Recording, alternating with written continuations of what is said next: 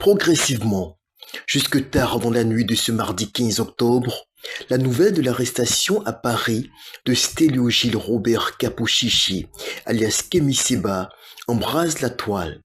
Le chef d'orchestre de la propagande anti-française, fabriqué de toutes pièces par la Russe Afrique, a été interpellé ce lundi 14 octobre dans un restaurant du 15e arrondissement de la capitale française alors qu'il y rencontrait un de ses partenaires, Cyril Candem.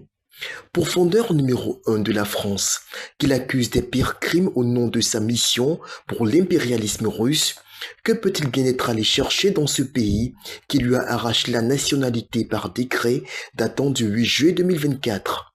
De sources concordantes, il serait entré sur le territoire français de manière illégale, bien qu'il soit doté d'un passeport diplomatique nigérien.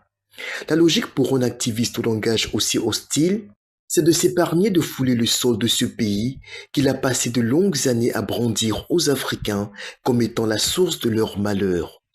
À l'officialisation de sa déchéance de nationalité française, il postait sur son compte X: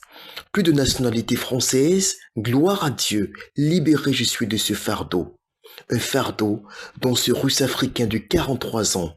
payé par les groupes d'intérêt russes pour salir l'image de la France en Afrique, semble avoir du mal à se défaire, à moins que les motivations réelles de sa présence sur le sol français soient de nature beaucoup plus sensible que l'on pourrait le penser.